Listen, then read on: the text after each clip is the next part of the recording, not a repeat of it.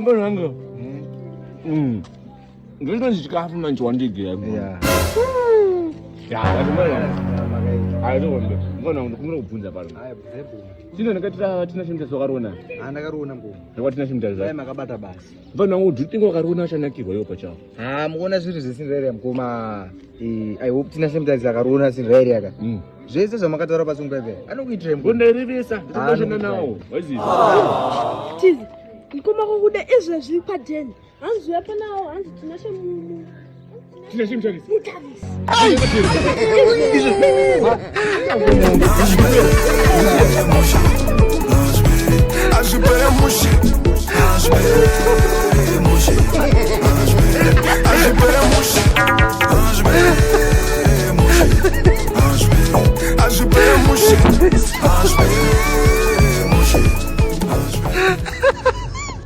tizwa charunondo kari kubviko tobosvidawe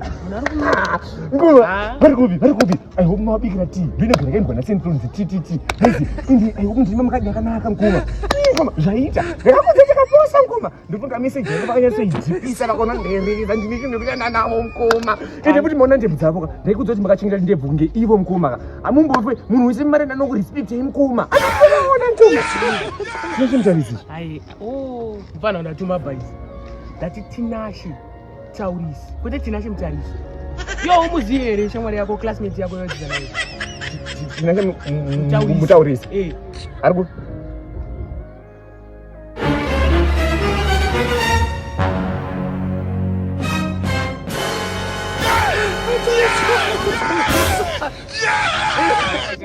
Tis, nuda mari yangu nasi. Ayo mari.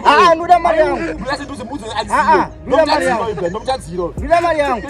Ndakaflopa chandisiye ndakashandisa mari ndisina mari panapa cha. Ndiyana kupisha. Nasi. Platokuda cha mabhonda shashanda cha kwani maziki chandisiye ndokutadzira yuko. Nuda mari yangu. Ndokutadzira ndisiye. Ndimiyo, munhu mukuru ntema mwana mudiso. Ndimiyo. Ayo, inda kwini. Ayo.